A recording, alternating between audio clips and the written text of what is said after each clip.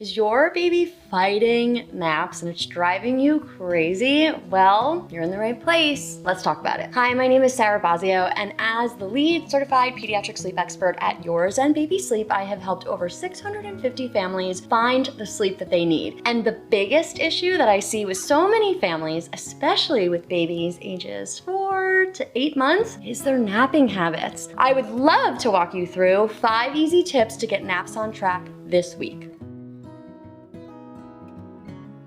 This tip might be obvious for some. However, it really is incredible how many families do not darken their baby's room during nap time. So this can be kind of confusing. In the early weeks and months of life, it is recommended to actually nap your baby in a light and bright room, similar to where I'm sitting right now. This can be really helpful to adjust their circadian rhythm and to get your baby used to the day and night confusion. However, once your child is about 3 or 4 months old, I want them napping in the dark. Best practice is cave-like dark. That's not realistic though. You're gonna drive yourself nuts. If you just get really good dark blackout curtains, this is going to be enough to help your baby's circadian rhythm produce melatonin during their nap times. It is also going to prevent any external stimuli, so all of the fun stuff that they're looking at, to excite them. So just think of your baby and how exciting the ceiling fan is. If the ceiling fan is brand new to them and they've just discovered it, or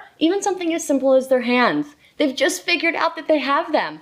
This is going to really interrupt the sleep process, and when we darken the room, it will cue them not only that it is time to sleep, but it will prevent them from being able to be distracted by all of the things around them. So be sure that once your baby is 3 or 4 months old, start to offer most of their naps in a dark environment. Tip number 2, also kind of obvious and kind of controversial in the last couple years. Use white noise. Use white noise. There is plenty of scientific research that supports the use of white noise for babies and toddlers and preschoolers and even adults, myself included, when we are offering sleep. The reason why we want to use white noise is because it is a sleep cue. It is a positive sleep association. Don't worry about them always needing to have white noise to go to sleep. They will be able to be flexible when we teach them independent sleep habits. We can nap them on the go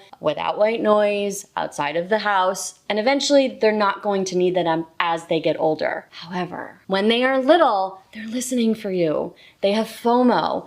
Lots of noises in the environment, especially in a busy, active household during the day, can disturb their sleep. So to give them the best shot at taking a long, deep, and restful nap, white noise can be really helpful for them. White noise helps to recreate the slow brainwaves that our body experiences during deep non-REM sleep. Therefore, if we put our white noise at the decibel levels of anywhere between 50 and 75, your baby is going to be able to get into a deeper, more quality sleep. This will allow them to nap for longer stretches, and longer stretches during the day equal better sleep at night. Tip number 3, this is my most frequent question in my DMs on my social accounts. You need to check your baby's schedule. And my biggest tip within tip number 3, throw wake windows out the window once your baby is 4 months old. There is actually no scientific research on wake windows, and it's just a really viral concept that drives many parents crazy. What we want to do for babies is offer them sleep at the same time every day.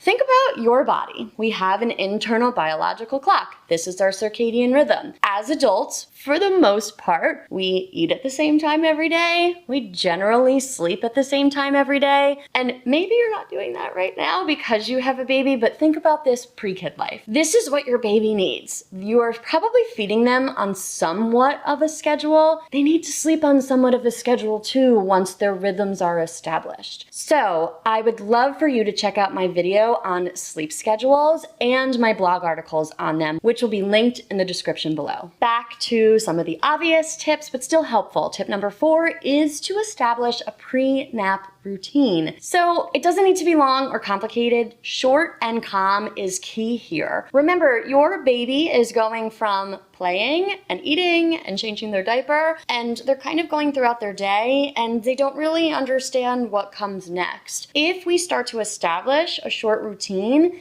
their brain is going to start to receive that information and say, oh, I know what I'm supposed to do now. So when we move into the nursery, their room, or even your bedroom if you are still room sharing, I want you to start to dim the lights. I want you to put your white noise on and put a sleep sack on. Maybe spend a minute or two reading them a book, and that's it. Simple as that. Those cues will say to them, it is now time to sleep, it is now time for a nap. And the more that we implement this short nap routine, they will understand that playtime is done and now my job is to rest. And last tip, provide them with a consistent crib or a consistent sleep space if possible. And I realize that this could look different during the week versus the weekends, just based on your childcare situation. If your child is home 7 days a week, great. What I recommend is 80% of your week, keep them in their crib and or on their schedule during their nap times. So most of the week, we are going to be on a schedule Monday through Friday anyway.